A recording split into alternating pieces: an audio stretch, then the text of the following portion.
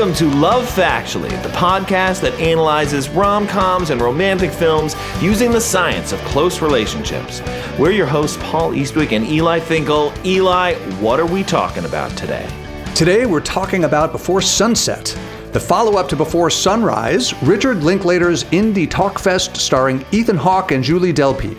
The timeline and the actors have advanced 9 years and a whole lot has happened. Some of the themes we'll explore are how we can truly listen to one another, the ambiguity of infidelity, and how we make hard choices in our relationship. And fair warning, we'll be spoiling this movie today and the prequel Before Sunrise. So if you don't know who showed up at that platform in Vienna 9 years earlier, then go ahead and watch this movie and come back. So Eli, who are the key characters and couples in this movie? Before Sunset, like Before Sunrise, has two major characters, Jesse and Céline. They were 23 when they met on that fateful 1994 train trip and explored Vienna as if there were no tomorrow. 9 years later, they're older and wiser. Regrets? They have a few. Jesse, the American, is no longer aimless. He's now married with a 4-year-old son, and he recently published a best-selling novel. In the gentle battles between his optimistic romanticism and his Gen Z cynicism, the romanticism usually comes out on top. Céline, the Parisian, remains an exposed nerve. She's now an environmental activist, and she's dating a war photographer who's rarely around. In her own internal struggle, wide-eyed idealism and moral outrage are well-matched combatants. As in the earlier film, a major character in Before Sunset, albeit not a human one, is time, which is both a gift from the universe and something of a villain. Once again, Jesse's flight home has a set departure time, and the ticking clock brings a sense of urgency. So, Paul, those are the chess pieces. Are you ready to give us 1 minute on how the film moves them across the board? I am ready. Count me down. On your mark. Get set. Go. Jesse is at his last stop on a book tour in Paris, promoting his novel called This Time, based on his brief encounter with Céline 9 years earlier. Céline unexpectedly shows up, and they decide to spend time together before Jesse's flight. Jesse is now married with a young son and lives in New York, and Céline works as an activist. They stroll through Paris, catching up on their lives and reviving their banter about existential questions right where they had left off. As they talk, they gradually reveal more and more details about how they had come to remember their one night together in Vienna. It turns out that Jesse had shown up in Vienna as they had agreed, and that Céline had wanted to be there but couldn't because of the death of her grandmother. Jesse reveals he wrote his book hoping Céline would find him, that his marriage is cool and disconnected, and that he only finds joy in being with his son. Céline worries that she had poured all of her romanticism into that one night and she was never able to feel the same way about anyone else. All this time, it is unclear exactly how long Jesse has before his flight back home. Finally, at Celine's apartment, she invites him upstairs to play a song on the guitar that she had written about him. Then Céline begins dancing to Nina Simone's Just in Time and playfully tells him, doing her best Nina Simone impression, "Baby, you were going to miss that plane," to which he responds, "I know." Oh my goodness, about 0.08 seconds under time. Yeah. Truly excellent. I was a little nervous about that one. Just had to get that last line in there. So, in terms of my relationship to this movie, a couple things. One is, I'll just say, I remember the 9 years in between. Interesting. This movie and the next one. There is a third movie, Before Midnight, in this sequence. We are not going to spoil it today. We are not going to talk about it. But what I'm trying to do is remember the headspace that I was in during that period of time, where you know that something is going to happen between these two at the end of the movie. It's an ambiguous ending. It's more than just like, thanks for the tea, I'm going to go catch my flight. But is it going to be an affair? Is it going to be some life-altering choice? We don't totally know. This was meant to be a movie for the romantic, for the cynic, and for the hopeful guy, right, in that first scene. And that's really what it felt like in that 9-year period. And the other thing that I'll just say is, I find the fork in the road concept to be among the more poignant romantic experiences that a person can have. Not everybody gets those experiences. Are you talking about between two different people, or am I ready to commit or not ready to commit, or ready to divorce or not ready to divorce? Right. So I mean like two different people where there are these two paths and you have to choose one right now and you cannot go back. Yeah. And there aren't too many moments in life that are quite that all-consuming and explosive, and I'm sure we'll talk about it more in the context of this movie, but the memories I have of the few experiences that fit that description are kind of stored right next to that indelible image of Ethan Hawke sitting on the couch, right, deciding that he was going to miss that plane. He's going to miss the plane. It's wild because, the thing you flagged, that second part about, what's your relationship to the movie is very close to what I flagged. And there's he's got this tremendous, it's almost like a monologue. There's some dialogue involved, but they're on the river, the Seine River in Paris, and he has a lot of just tremendously insightful lines there. Yeah. And one of the things he says is one of his most existential comments, and he says, "Yeah, I like that. Yeah. I've always felt there was some kind of mystical core to the universe, but more recently I've started to think that me, my personality, whatever, that I don't have any permanent place here, in eternity or whatever, and the more I think that, I can't go through life saying that this is no big deal, I mean, this is it. This is actually happening. What do you think is interesting? What do you think is funny? What do you think is important? Every day is our last. And the reason why that hits home for me so much is that one of my favorite books, maybe my favorite novel, is The Unbearable Lightness of Being by Milan Kundera. And what does it mean, the unbearable lightness? Well, Kundera is contrasting that with Nietzsche's comment of eternal return, this philosophical idea where every moment is repeated infinitely, making it immensely weighty. And then if it only happens once, right? If you only get through this life one time, you have this lightness, but it's kind of unbearable because there's no do-overs, right? There's no redos. And so the stakes associated with the choice that we're making on this one precious life that we have are enormously high. And I related to that in a significant way. I totally get that. So what does this movie get right about the nature of close relationships? A lot. And I find this movie, just like its predecessor, to be just really insightful about relationships. So one of the things I found interesting is what happens to a marriage or a relationship that's fine, there's no conflict, or at least not much conflict, but does that make it safe? And here I'm talking about Jesse's relationship with his wife. And when they're on that boat trip, he says about his wife, she's a great teacher, a good mom, she's smart, pretty, And then later in the car, he says about her, I want a great life. I want her to have a great life. She deserves that. And yet he thinks, I don't know, maybe I don't need that to be forever, and it doesn't feel right. And I find this interesting in part because, as you know, I've been interested in the way we think about marriage and how that's changed over time. We're in this self-expressive era where it's not really enough that, you feel a tenderness and a love for your partner. You want it to result in your sort of authentic life and your personal growth, and he doesn't find that. And what's interesting about that is there is a big literature looking at what leads to breakup, what leads to infidelity, and it isn't always conflict. It's not like we're fighting so much and therefore we break up. In fact, more than half of marriages that end in divorce are non-conflictual marriages. And even if you look at the predictors of things like infidelity, you often find that these aren't necessarily people who are fighting a lot or unhappy. And so the thing that we're seeing with Jesse's marriage is that it's totally good and it's not conflictual, but it's also not fulfilling his needs in some crucial ways. And it is probably placing him at risk with this interaction he's having with Céline. All right, so this is great. So I want to talk a little bit about what he says, and this is actually part of that same boat discussion about his marriage, because I think it is very instructive, and I'll talk about how I use this in my class. I mean, it's funny, in the moment, I remember thinking that it didn't much matter the who of it all. I mean, that nobody's going to be everything to you, and that ultimately it's just a simple action of committing yourself, meeting your responsibilities that matters. I mean, what is love, right? If it's not respect, trust, admiration, and I felt all those things. So cut to the present tense, and I feel like I'm running a small nursery with somebody I used to date, I mean, I'm like a monk, I mean, I've had sex less than 10 times in the last 4 years. What? You laughing at me? No. It sounds pathetic? What monastery do the monk have sex? Okay, all right, you're right. I'm doing better than most monks, all right? But I feel like if somebody were to touch me, I would dissolve into molecules.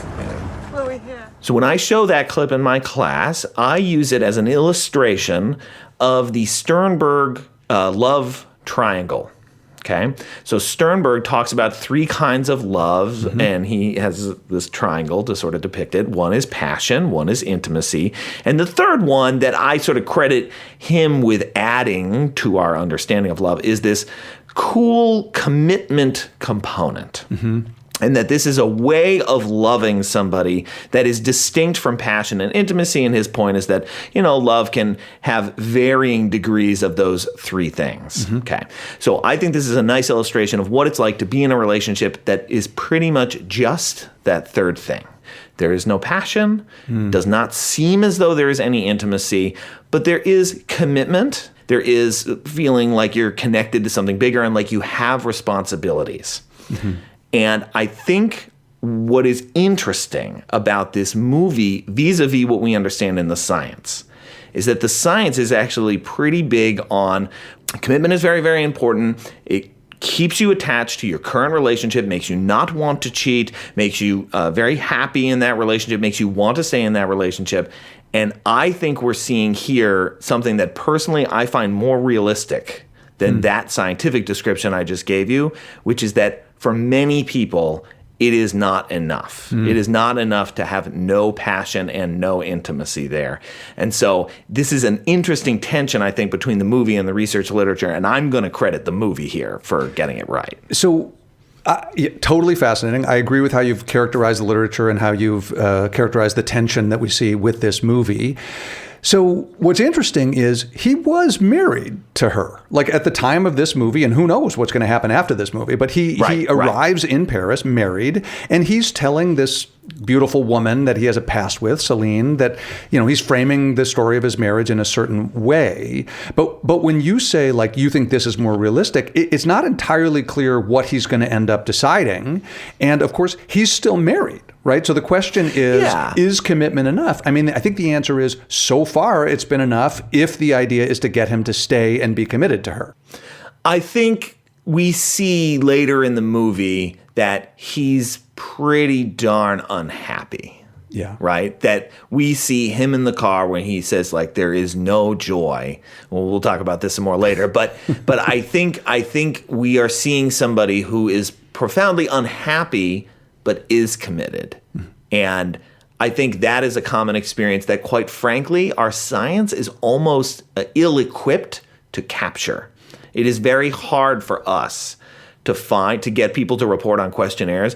Yes, I am deeply committed, but I am very, very unhappy. I think this is a real thing that people experience, and it is very hard. But actually, our science, it kind of falls down on this point. Yeah, and the movie seems to suggest, or potentially leads to the hypothesis that commitment is enough to keep you rolling along, but if that's the sort of empty commitment that you have, you're going to be susceptible when somebody else comes along and starts thawing that heart of yours. Right, exactly. And I think that is what we see here. What else do you have about what this movie gets right?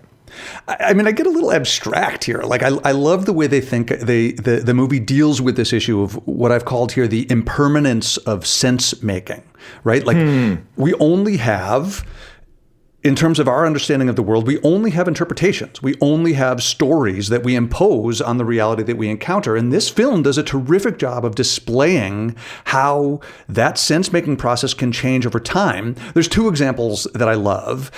One is about the nature of memory. So Céline at some point says, but you know what? Now that we've met again, we can change our memory of that December 16th. It no longer has that sad ending of us never seeing each other again. Right? And he says, yeah, you're right. I mean, I guess a memory is never finished as long as you're alive. And I love that. This is really true. It's and really it's related cool to the second thing that comes up, which is, did they have a one-night stand?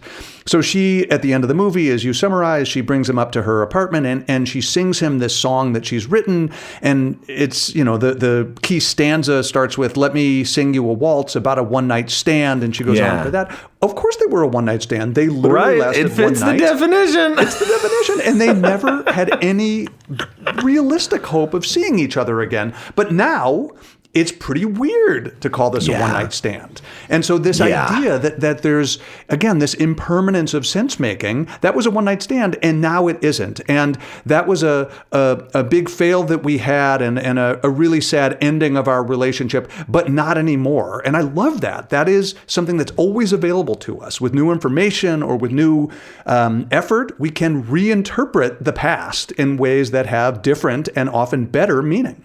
Yeah. Well, on the topic of sense making, this is also relevant to one of the things I really liked. And this has to do with how we see that Céline has become, I think, more avoidant since we saw her in the first movie. So I want to play a quote here. Mm-hmm. You know, it's not even that. I was fine until I read your fucking book. It stirred shit up, you know? It reminded me how genuinely romantic I was, how I had so much hope in things, and now it's like, I don't believe in anything that relates to love. I don't feel things for people anymore. In a way, I put all my romanticism into that one night, and I was never able to feel all this again. Like, somehow this night took things away from me, and I expressed them to you, and you took them with you. It made me feel cold, like if love wasn't for me. I don't believe that. I don't believe that. Wow, that's powerful monologue. It is so powerful, and it's so sad. Yeah. And this can happen. So I often credit Chris Fraley with doing some of the best work on things like attachment style change over time. Mm-hmm. He looks at the kinds of life events that predict whether people are likely to become more or less avoidant. And I think actually one of the key things that he finds in this space is that it really is about the interpretation of the event, right? So something like a breakup or a rejection or the missed connection that they shared could have made somebody more or less avoidant, right? It really is about how you interpreted that experience, and it really seems like she interpreted it in this way that made her afraid, made her worried about opening up to other people in the future for fear of getting hurt. And that is the kind of thing that can lead somebody to become more avoidant. Yeah, I mean, again, it's I don't think an accident that they wrote her as being in a relationship with a man who's rarely around. Right. There you go. Yeah. That's exactly right. And I think that was an excellent depiction of the process of becoming more avoidant over time. Yeah. You know, one of the other things I really loved about the movie that I think they get right, and again, in ways that are so supple by comparison to a lot of other films that are much more obvious, they have really interesting examples, I think, of what it looks like to be a good listener. And the reason why I like these examples is that it's not just that I said a thing and your immediate response was, you know, responsive in sort of the Harry Reese sense. It's more interesting than that. It's like our conversation is flowing, and in the midst of that conversation flowing, you said a thing. And then the next time there was a lull in the conversation, or the next time it was relevant, it came up again. And so two examples I want to mention. The first is sort of midway through the movie. Céline says, "Sometimes I worry that I'll get to the end of my life feeling I haven't done all I want to do." And he's responsive here. And he says, "Well, what do you want to do?" And she says, "Well, I want to paint more. I want to play my guitar every day. I want to learn Chinese. I want to write more songs. There's so many things I want to do, and I end up not doing much." And what's cool about that is then a bunch of time passes. And then there's a lull in the conversation. And what does Jesse do with it? He says, "So what kind of songs do you write?" Yeah. And again, I don't think we've studied this that well. I you know, in my notes here, I've called this callback listening. Yeah, it's callbacks. Yeah. And so they do this in communication stuff, but we don't do it in relationships as much, I don't think. Yeah.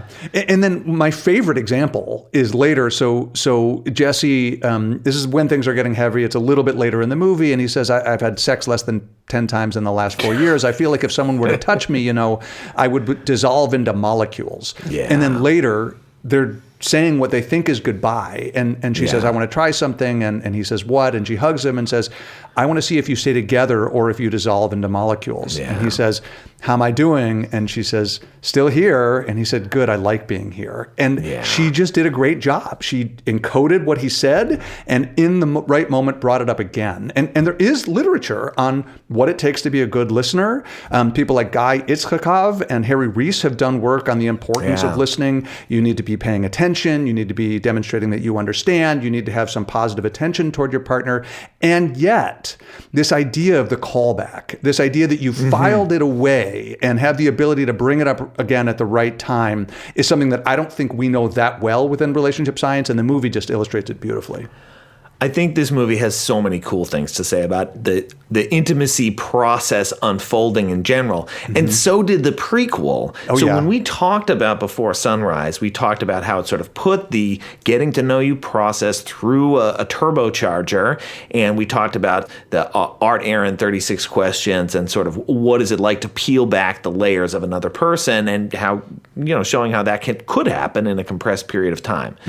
So here, I guess I'd argue, we're seeing it again, but it's not the getting to know you form, Art Aaron form of the thing. Oh, because they kind of know each other. Because they kind of know each other, but there are secrets there. There are things they do not want to touch right away. So they have lies in there, right? They do. At first, he lies about not having gone to Vienna, right? She lies about not remembering that they had sex. They had sex, yeah. And because they're moving cautiously, again, through that sequence. So when I think about what two people who are just meeting and falling in love, what that intimacy process looks like, I think about the first movie. But when I think about two people who know each other and are going through that intimacy process and falling in love, I imagine something like this. There's still some guardedness, right? Yeah. There's still things you're afraid to disclose, but it's a little bit different than it's not something that can be solved, I don't think, as easily by let's talk about death and get to know each other. This is it feels like more touchy and like there are more raw nerves here. Yeah, in part because it's our personal history together. Yes, exactly. It's not just like, am I ashamed of things in my past or do I have some awkward qualities that you might uncover? It's like, how have we treated each other in the past? And that, for good reason, can get a little tender. Yeah, for sure. Anything else this movie gets right? So much, but I'm happy to leave it there and move on to misconceptions. You want to get us started on that one? Yeah, so it's funny because the misconceptions that I have, I'll be honest, I am nitpicking here. This one is fun, though, because there aren't too many movies that go about citing papers in JPSB, but this one does. The Brickman et al. 1978 lottery winners study. Yeah. Northwestern University, baby. Yeah, well, sorry to my alma mater and sorry to you. That study doesn't actually hold up in the modern day. So that was the study about lottery winners purportedly quickly returning to their pre-lottery levels of happiness. Now, the hedonic treadmill is a thing. That's kind of what this is based on. People often kind of have a set point of happiness. Nevertheless, many more extensive studies have been done since 1978 showing that winning the lottery does have an effect on people's happiness. It does make them a little happier. It's not totally nothing the way that early study thought. I mean, that early study had like 20 people in it. Right. So it's we can say the movie gets something wrong, but only because it's citing a rather old JPSB that isn't up to modern standards. Yeah, but in a sense, it also kind of gets it right. I think that's what you mean by kind of quibbling, right? The effects are much less than I think most people would think. Fair enough. If you were not that happy with your life and you won the lottery, that's not going to change everything. You're now suddenly extremely happy. Yeah. Yeah, good point. What do you have here? I have a couple things. One is the movie, at least in moments, seems to lean into this idea that you and I have raised reservations about, which is that compatibility is about finding the right partner. So you recall the clip you played earlier where Jesse's talking about his relationship, where he says, I remember thinking that it didn't much matter the who of it all. And what I think he's implying there is like, well, you could be married to anybody and you could sort of make that work. And then he's clearly saying that's wrong. And who knows what the movie is was ultimately saying about whether he ends up back with his wife or he leaves his wife for Céline or whatever, some third possibility. But the movie and Jesse seemed to believe that was nonsense. That belief that relationships are mostly what you make of it, not whether you're with the right person. The movie seems to think that's nonsense. I think that's wrong. At least the evidence that you and I have been able to collect thus far suggests that, yes, there's something to be said for finding the right person, but that's not most of it. Most of what makes a relationship good is deciding to make it work with the person you chose. Okay, I would like to try to differentiate between a few different things here that I think will be helpful. So one of the ways we've talked about compatibility before is about the intersection of two people's stable features. And that I think you could understand what Ethan Hawke is saying is like, it didn't really matter the who of it all, right? It didn't matter who I ended up, it didn't matter if I was with somebody who fit what I was looking for really or not. Okay, so that is one interpretation of what he's saying. There's another way of thinking about compatibility that you and I often lean into a lot, which is like, hey, people create it. Okay, you develop patterns together. You should lean into the good ones, lean away from the bad ones, right? That's how you build a fulfilling relationship. But some of that compatibility that's about you and another person specifically can sort of be discovered or happens through chance or happens through happenstance. And I think he was like hoping that he would be able to create and discover compatibility along the way with his wife. And it kind of turned out that he couldn't. I don't know if what he's trying to tell us there is like, oh, I wish I'd like found somebody who was similar to me in all the right ways. I think in some ways what he's saying is like, I took a shot and I got kind of unlucky. Interesting. Yeah, totally fascinating. One other small thing I think the movie gets wrong, but again, I just absolutely feel like I'm nitpicking here. So when Céline admits that she lied about not remembering having sex, she says women pretend things like that. I know. Yeah.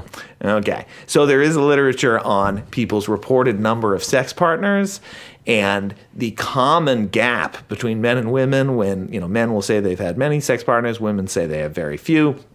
Is this you find it if you're just asking about heterosexual sex partners, you find that difference. So where does that difference come from? Well, for a long time, actually, in my classes, I thought it was both men and women, they're estimating badly. Okay, men are like rounding up and women are rounding down. It turns out that's not it. I went back and I looked at this. No, it's that men use an estimating strategy and women are more likely to have an exact count. So men will do like 30 kind of thing. And that's where most of the difference is coming from. So when she says women pretend things like that, actually most women have a pretty good count. That comment leads me to, if anything, my sort of second quibble with the movie, which is a little bit about, I'm worried that some of the ways that Céline is behaving and thinking are going to make it hard if these guys are going to have any sort of future together. And one of them is related to gender, this sort of gender essentialism that we saw a lot more of in the first movie, but she's still doing here in the way that you just said. But there's another spot. He's just confided that he's really struggling in his marriage. And she says, I'm sorry to hear that, you're not that happy in your marriage. And then there's like a bit of an aside. And then she continues, couples are so confused lately. I think it must be that men need to feel essential and they don't anymore. It's been imprinted in their head for so many years that they have to be the provider. And he just gave like a long emotional story that clearly was not that about the failing of his own marriage, but this was top of mind for her. And I think this was kind of vivid for me because I think she does a bunch of things that are going to be complicated if these two are going to have a future. So I think she does some behaviors that are perilously close to contempt. So she keeps giving him the finger when he's, she's teasing. It's funny though. It's funny. Okay. I mean, I'm happy to grant that these things can be funny, but it felt a little aggressive to me. So there's a bunch of things like that make me nervous. And then he seems to be impervious to them. Like he seems to be like whatever she's willing to dish out, he's happy to take. Yeah, for sure. So let's talk about are we okay with this? This movie is clearly dancing around infidelity. Oh, yeah. And I kind of have a strong take, but before I do my strong take, I would like to hear your take. Oh, well, now I'm this. intrigued. Yeah. But I mostly had it in the question category. Like, it sounds like you have an answer and I have a question. But I mean, just to be clear, so that you and I and the listeners are all on the same page here, he's married. He's run into Céline again for the first time in a long time, and he is really flirty with her. He's coming on pretty hot. Absolutely. And it increases over time, and he says things about his wife that she would have been presumably unhappy that he had said to another woman. Absolutely. And so does he cross the line? If so, when was it that he crossed the line? Was it only when he didn't get on his flight, or was it systematically throughout the whole thing? And what responsibility did she have? So she was not flirting with him quite as much. I think he was more of the initiator. And yet she knows he's married and by and large doesn't put the kibosh on any of his flirtation and indeed remains receptive. So and when I think about the movie in its totality, I can't tell when he crossed a line or she crossed the line, but it certainly started to seem like by the end that they had crossed a line. So I think a lot of movies have a structure where there's somebody in a relationship, in like relationship X, and you, the audience, are rooting for them to leave that relationship and get into relationship Y. Yeah. So you could level that criticism at this movie, and I would not. I think this movie is playing with these ideas in a much more thoughtful way. Yeah. And that what the movie is asking us to think, at least with respect to Jesse, is, and I think his speech in the car makes the moral complexity here. And you know, this is in the car where he says, Hell no, all right? I don't love her the way she needs to be loved, and I don't even see a future for us. But then I look at my little boy sitting at the table across from me, and I think I would suffer any torture to be with him for all the minutes of his life. You know, I don't want to miss out on one. But then there's no joy or laughter in my home. You know, and I don't want him growing up in that. Oh, no laughter. That's terrible. My parents have been together for 35 years, and even when they have a bad fight, they end up laughing like crazy. I don't want to be one of those people who are getting divorced at 52 and falling down into tears, admitting that they never really loved their spouse and they feel their life has been sucked up into a vacuum cleaner. You know, I want a great life. I want her to have a great life. She deserves that. All right, but we're just living in the pretense of a marriage, responsibility, you know, all these just ideas of how people are supposed to live. Yeah, it's powerful. So that passage tells me there are three things pulling on him. His kid, his wanting to be around his kid, you know, the responsibility he has, that he feels to his marriage, and his pull towards Céline, towards something that feels more fulfilling, more intimate, more passionate, whatever it is. Yeah. And I think the movie is just asking us to sit and experience that tension with him. It's not saying that one decision is morally more or less okay. It's just saying, like, boy, this is tough, isn't it? When you're being pulled in these different directions. I think I agree with you that these are incredibly complicated, fraught moral decisions, but that to stand from on high and wag our finger at him is a gross oversimplification of what his circumstances were. Right. And I believe the movie neither wags a finger nor asks you to root for something in a way that many other movies would, and that's why it speaks to me so much. It lets you just feel what he's going through in that moment. I'm dying for there to be a third one. Yeah, well, lucky for you. There was. I had one other little thing in terms of, are we okay with this? So again, one of the major themes, at least for me, but to some degree both of us on this podcast, is grand romantic gestures. And this movie doesn't really have that. It doesn't have the problem of the grand romantic gestures that we've been talking about it, but it has a variation on the theme. And this is when they're having the fight in the car. She's flapping her hand at him, and I think in a pretty contemptuous way. And she says to the driver, let me out of the car. Let me out of the car. I need to get away from you, Jesse. I'm getting out of the car. And he says, no, stay. And he says to the driver, don't stop. Don't let her out of the car. And then she stays.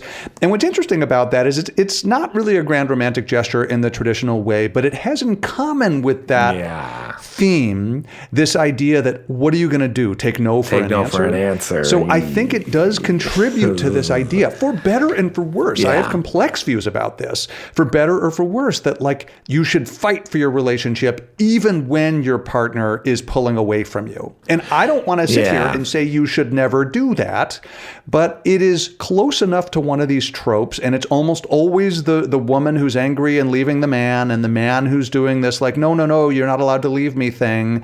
And so I have just a little bit of squeamishness about it. I agree. And I was also a little squeamish at that scene too. It's like when two people are having a fight and one person is like, I need a break, you should be able to respect that. Yeah. And I think the thing it was asking us to consider here is like, okay, but if she gets out of the car, that's it. I know. Right. They're not seeing each other again. Yeah, that's it. And so that's where it's a little more complicated than what we would consider to be appropriate conflict behavior. So talk to me about any other quotes that you've had. We have mentioned quite a few, but what else? It's funny. This movie is only 80 minutes long. I know. And I think every single line could have made it into our discussion. It really is. I'd love to mention a couple. One of them is part of that car fight scene when she says, you come here to Paris, all romantic and married, okay? Screw you. I don't know that I want to comment that much about it, but I get it. She also has a torch for him, and she's trying to be respectful of the fact that she has a serious boyfriend.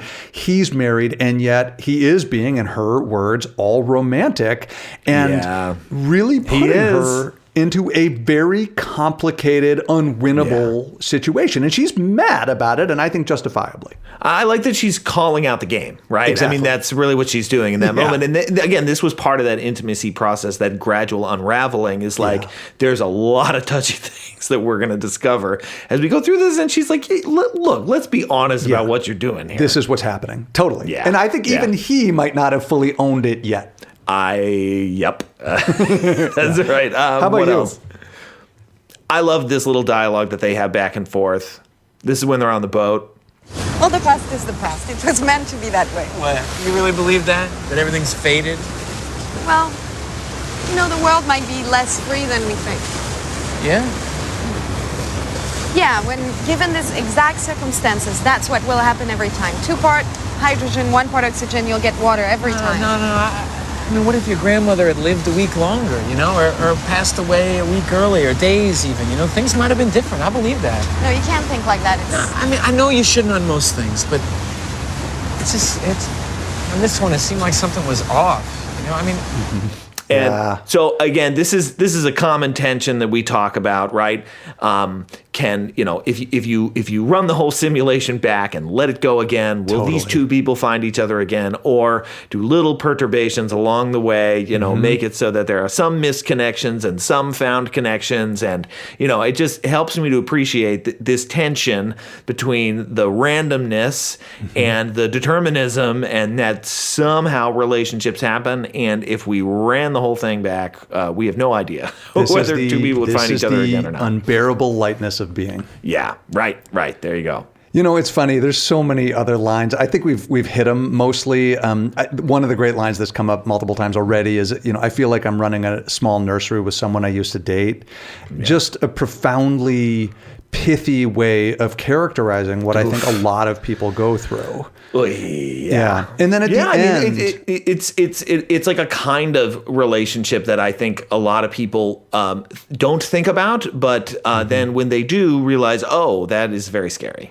It's very scary, and it is not that rare. And one thing that's unknowable while you're running that nursery is this something that's true while the kids are young and we have these really complicated responsibilities, making sure that these, little sort of helpless creatures make it and survive and develop language and can read and all those things? Or is there something sort of permanently gone? I think a lot of people, when they have young kids, are unsure which of those two things they're experiencing. And it is unknowable until more time has passed. Right. It's like wait 15 years and find out. Totally. And ideally don't run into Céline again. Right. How about you? Anything else? No, I mean, I want to talk about what we wish we knew And here I want to talk about this philosopher that actually you introduced me to. Her name's Dr. Ruth Chang, and she talks about hard choices. Oh, yeah. And I just feel like this is something that people have thought about in a great deal, and but we don't quite understand the psychological experience to the extent that we could. But here's what she describes as a hard choice.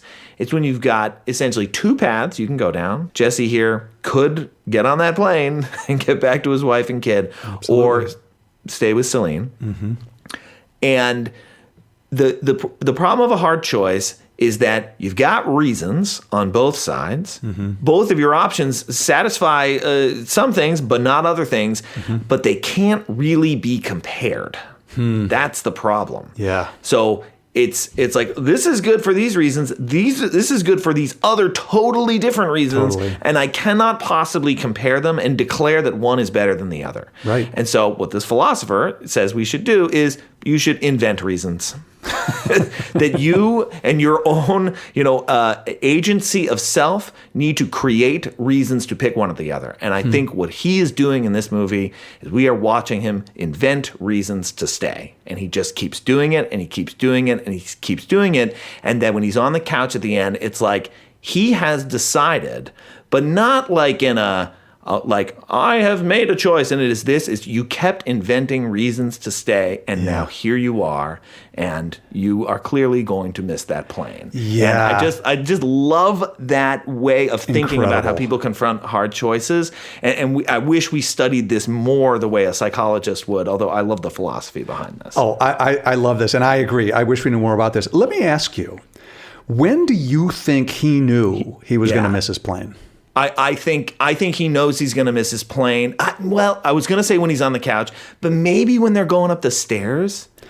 Yeah, Because it feels like a portal or something. So I don't. So maybe then, but I think it's late. I think it is late in the game. I think that's my sense too. Yeah. So for people who haven't watched the movie as recently as we have, there's just a chronic background hum of her saying, "You don't have time for this. You've got to go back." And he says, "No, I've got a little time. I got a little time." And each time it's like a little bit, and you think he's going to make the flight, and it's all possible, and he doesn't want to sit at the airport long anyway. And then basically in the last scene, you realize it's over. But it really isn't clear the moment at which he knew he was going to stay. I think I agree with you that he decided to miss his flight, that he didn't know that he was in the process of making that decision. Yeah. And that there was some incremental thing along the way, that there wasn't like a moment of decision. It was like a leaning in a direction and not deciding, and then time ran out, and he said, "That's fine." I mean, there's a phrase in relationships research called sliding versus deciding, right? And that's really about being in one relationship and sliding into marriage or deciding you want to marry this person. That's not what's happening here, but we are watching a slow slide as he keeps making choices that make his path clear. Totally. I had a couple really sort of quick things I'd like to mention about things that I wish we knew. One is like, when are we upset if our partner shares private information about us? So this is an extreme case. That's really interesting. Yeah. I mean, he wrote a whole book about her, and it's like thinly veiled, and she absolutely knows that book is about her, and now that private information is public. That doesn't seem to upset her that much. On this podcast, I have informed our listenership that my marriage is basically a failed one-night stand. That right. You have. Yeah, I did. That was one that I actually asked my wife in advance. I said, I'm about to say something that's maybe pushing the limit. How do you feel about it? And she gave me the thumbs up. But in general, I don't think we know that much about for whom or why or when we get upset when our partner shared something private about us. Yeah. And another thing that this movie made me think, I wish we knew more about that, is the nature of meeting up with somebody after a time gap, right? So you could have imagined an alternate sense. I mean, maybe they would have met up 6 months later, but now it's 9 years later. Or maybe they had that incredible thing and there wasn't the long distance problem. And so then they just had the second date the next night. And what are the differences in the nature of how they interact together as a function of the fact that, 45 minutes have passed versus 6 months have passed versus 9 years have passed? We don't know much about that. That's really cool because it really does feel like they picked up where they left off. Their patterns clicked right back into place after that first night. But sometimes you meet somebody again after 9 years and you're like, I feel like I'm meeting a stranger. Totally. Like we're like rediscovering how it is we interact, right? Mm-hmm. It's not always like this. Totally. Yeah. Well, on this podcast, we rate movies from 1 to 5 stars. So, Eli, I will ask you to go first. How many stars do you give Before Sunset? I gave this 5 stars. It's a perfect little movie with a perfect little ending. I just loved it. Not only do I give this movie 5 stars, this is legit one of my top 5 movies of all time. Yeah, it is, and it's probably my favorite romantic movie of all time. Yeah, it's great. This movie speaks to me in a real and deep way. I love it very much. On this podcast, we also rate movies on Rust Bolts. Now, the Rust Bolt is named after Eli's advisor, the late, great Carol Rust Bolt, pioneer of close relationships research, with 5 stars indicating a near-perfect depiction of the nature of close relationships.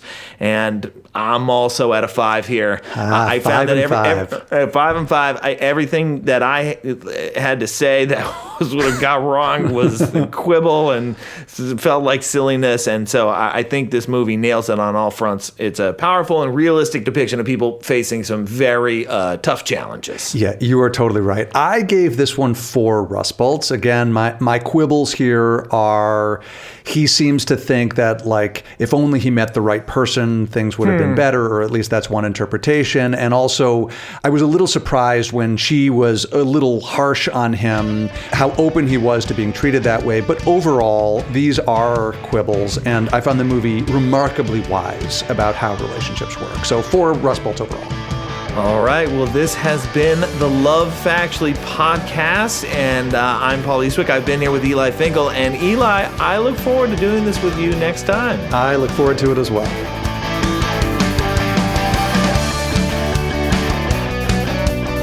The Love Factually podcast is produced and edited by Paul Eastwick and Eli Finkel, featuring music from Andrew Fraker and Sons. To learn more about the research we discussed in this episode, find the notes on our Substack. That's lovefactually.substack.com.